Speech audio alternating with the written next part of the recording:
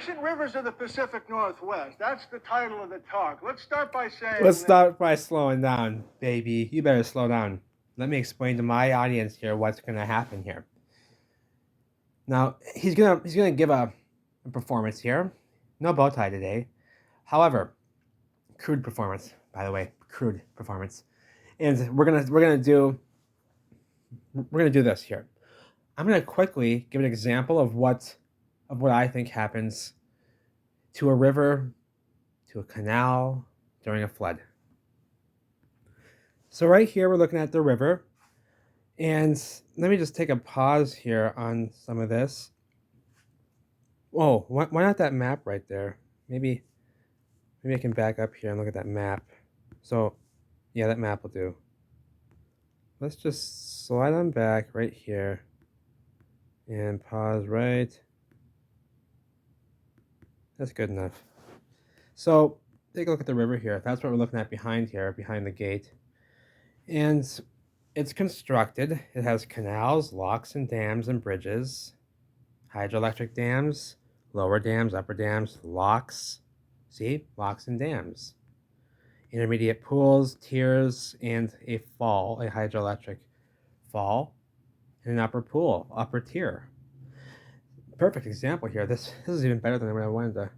This will explain what I'm trying to get at here. If this floods over in a huge flood, don't matter how much water, what's going to happen? What way is the water going to go? Off the banks this way, right? And what's going to happen? It's going to flood out the city a bit, right? And then what's going to happen? It's going to what? It's going to soak down, baby. It's going to soak down. And then what's going to happen?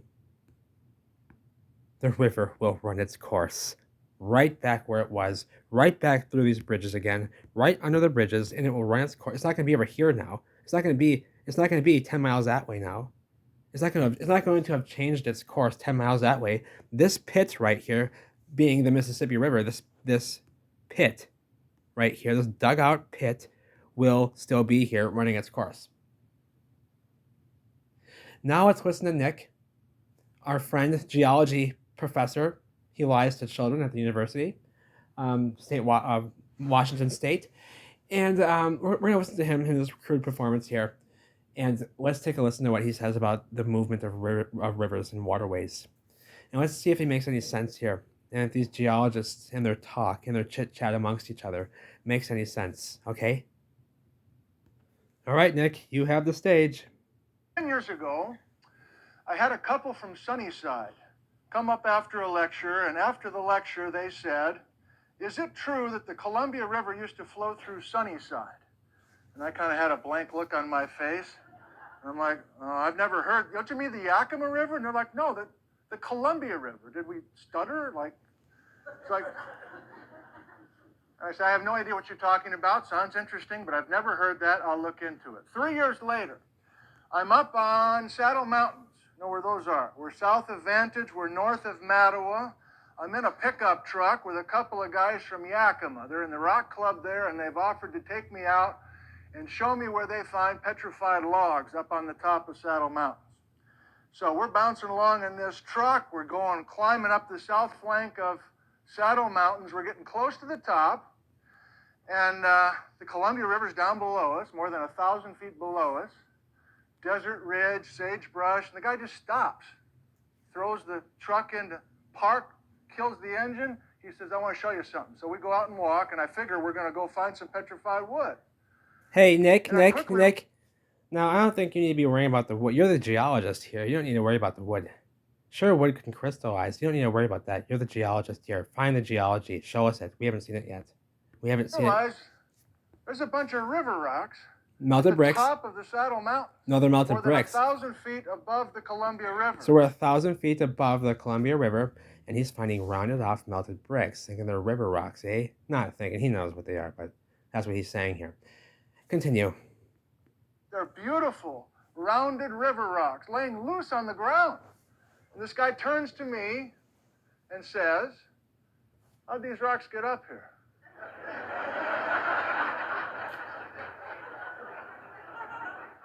I said, I have no idea how those rocks got up here.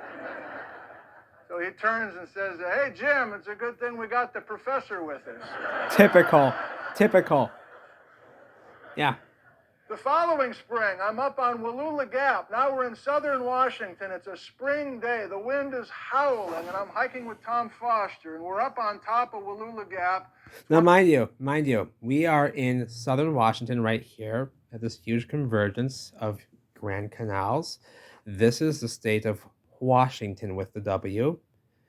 This is the state of Idaho with the I over here. Now let's continue. Remember that fact. Those days where it's icy cold wind, it's green, but you can't even hear the guy, and he's standing right next to you, you know, it's that loud.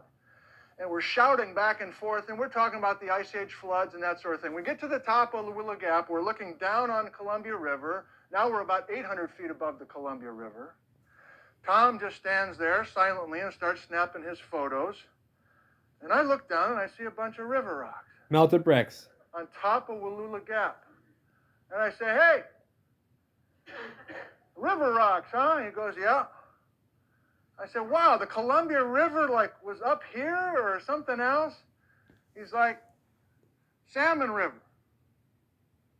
I'm like, no, that's the Columbia River. He goes, no, those river rocks were brought here by the Salmon River. That's what I read. I'm like, the Salmon River's in Idaho. And he's... Did we hear this? Do we need to... Let's hear that one more time here. I'm like, no, that's the Columbia River. He goes, no, those river rocks were brought here by the Salmon River. That's what I read.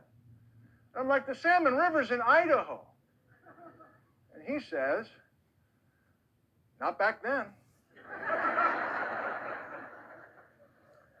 Okay, so Thank you, Nick. Thank you, Nick. Wonderful performance. What are you doing? Scratching your behind, baby. Give me a break. That was crude. Any sense? Did it make any sense? Did it make any sense? Not to me, baby. Not to me, but you're laughing. It didn't make no sense, baby. You knew that made no sense whatsoever. And that was the plan here. Give me a break. Now you're going to go draw some pictures, eh? See? Geologist of the Year, baby. Professor Nick Zentner. Excuse me. Professor Nick Zentner. Geology professor at the State University in Washington. I love you all. Take care, folks.